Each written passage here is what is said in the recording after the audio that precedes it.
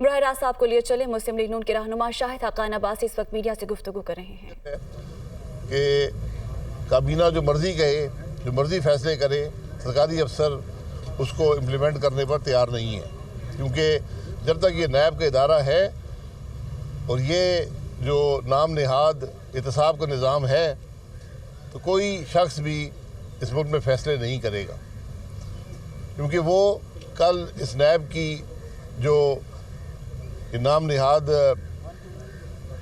احتساب ہے اس سے محفوظ نہیں رہ سکتا۔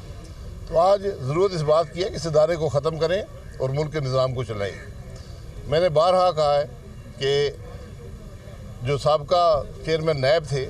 جنہوں نے یہ سب مقدمے بنائے ہیں، اور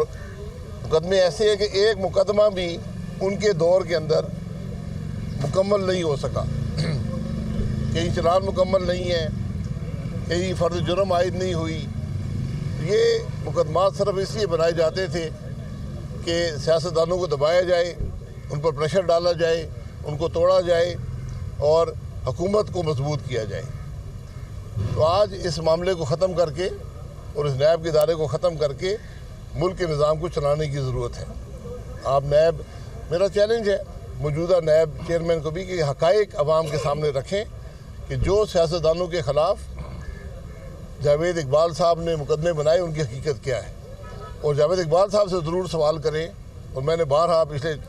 2 سال سے کر رہا ہوں کہ آپ ذرا اپنے اثاثے بھی اس ملک کے عوام کے سامنے رکھیں کہ پتہ چلے کہ آپ کے اثاثے کیا ہیں اور آپ کیا کرتے رہے ہیں، کیونکہ جو آدمی دوسروں پر الزامات لگائے، دوسروں کا احتساب کرنے کی کوشش کرے،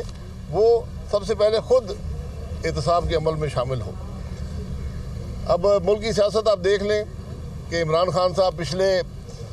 1 مہینے سے سفر شروع کیا ہے، اسلام آباد ابھی تک پہنچ نہیں